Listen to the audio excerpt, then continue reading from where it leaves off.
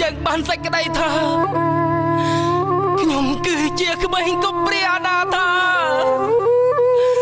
បើពិតជាអញ្ចឹងមែននោះ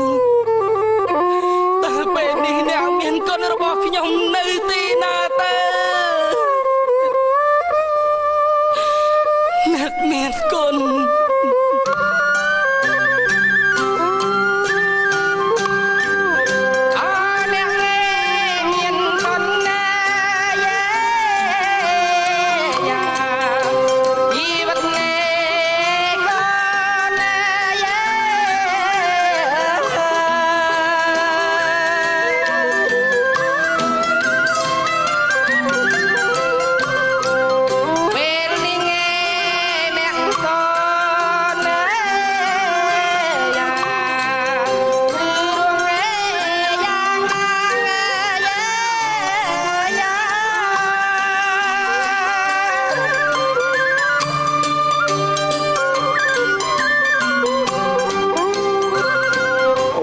ម៉ែ